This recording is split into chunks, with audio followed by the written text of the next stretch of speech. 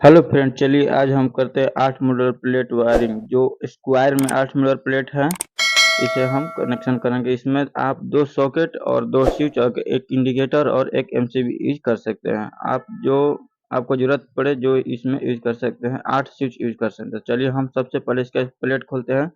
Tester से आप पीछे की तरफ पुश करके इसका प्लेट आसानी से निकाल सकते हैं। तो चलिए हम सारा प्लेट को निकाल लिया। अब हम इसमें एक सॉकेट यूज करेंगे और एक सॉकेट हो गया और एक एमसीबी। तो चलिए हम पावर सॉकेट यूज करते हैं। पावर सॉकेट इसलिए दे रहे हैं कि अगर हमको आयरन लगाना पड़े तो इसमें लग जाए। 6 एम्पियर का देने पर सॉकेट जल जाता है सॉकेट, इसलिए इसमें हम 16 एम्पियर का दें। चलिए एमसीबी 10 एम्पियर का हम यूज कर लेते हैं और एक इंडिकेटर और 2 ठो स्विच देंगे। तो देखिए पावर स्विच है, तो पावर सॉकेट बगल में देने से आसानी रहता है, पता चलता है कौन सा स्विच किसका है।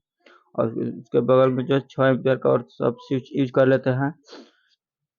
3 ठो स्विच एक्स्ट्रा है, जो 2 बॉल के लिए और एक फैन के लिए। तो चलिए हम इसे सीरीज में कनेक्शन कर लेते हैं। स्विच में इसलिए कनेक्शन दिया जाता है क्योंकि सारा स्विच में फेज देने पर तभी वो आउटपुट पास करेगा। इसलिए हम और नीचे की तरफ दिया जाता है इसलिए कनेक्शन, क्योंकि स्विच जल्द नहीं है, नहीं तो स्पार्क करता है और जल जाता है स्विच जल्द। इसलिए नीचे की तरफ देना है, नहीं तो जल जाता है स्विच, इसलिए। चलिए हम ये जो कनेक्शन है एमसीबी में ऊपर की तरफ देते हैं। ऊपर की तरफ आउटपुट रहता है और नीचे की तरफ इनपुट रहता है।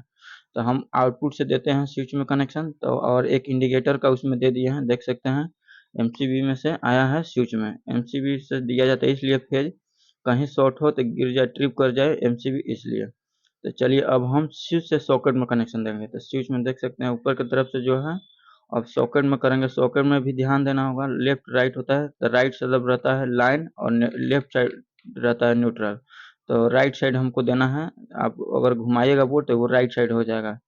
तो चलिए हम इसका कनेक्शन दे दिए। अब हमारा 2 ठो स्विच बच गया है, तो उसे हम इन्वर्टर पर कनेक्शन देंगे। सबसे पहले ये समझ लीजिए एक बार, इंडिकेटर का दे दिए हम एमसीबी में और एमसीबी से गया है स्विच में। एमसीबी में इसलिए इंडिकेटर का दिया जाता है कि ट्रिप करने के बाद एमसीबी ट्रिप कर जाए तो इंडिकेटर नहीं जले, पता चले कि हाँ कहीं शॉर्ट है। तो चलिए अब हम वो जो 2 ठो स्विच है उसको हम देते हैं इन्वर्टर पे। उसमें एक तो फैन और एक बॉल देंगे इन्वर्टर पे। तो चलिए हम उसे अलग से कनेक्शन करेंगे, क्योंकि इन्वर्टर का आता है एक ठो वायर जो उसमें जुड़ जाता है। जैसे फेज का जुड़ा हुआ है स्विच में एमसीबी से, उसी तरह आकर वो डायरेक्ट स्विच में नीचे की तरफ जुड़ जाता है उसी वायर में। तो चलिए हम इसे दे देते हैं कनेक्शन, जो इन्वर्टर के लिए है।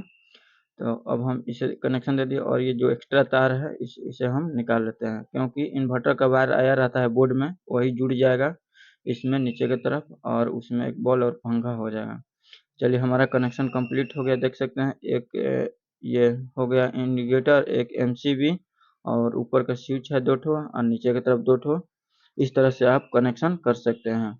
और न्यूट्रल का जो आएगा वायर वो सीधे ये जो देख सकते हैं इंडिकेटर और सॉकेट, इसमें जुड़ जाएगा डायरेक्ट न्यूट्रल का। इस तरह से आप कनेक्ट कर सकते हैं। मेरा वीडियो पसंद आए तो फ्रेंड